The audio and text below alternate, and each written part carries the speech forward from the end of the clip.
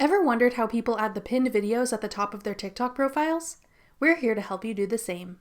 I'm Jessica from techboomers.com, and in this tutorial, I'll show you how to pin a video to the top of your profile on TikTok. Now let's get started. To pin a video on TikTok, open the TikTok app and go to your profile.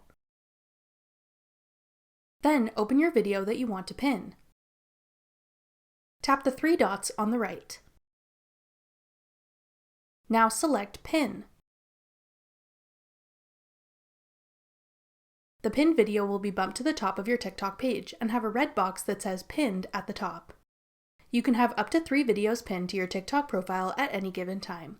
If you want to pin another video, you would need to unpin one of your 3 pinned videos in order to add a new one. You can unpin a video the same way by tapping the 3 dots on the currently pinned video, then selecting Unpin. That's all it takes to pin and unpin videos on TikTok. Thanks for watching. If you found this video helpful, we'd love it if you'd hit the thumbs up button below and subscribe to our channel. We put out great new tech tutorials like this one every week.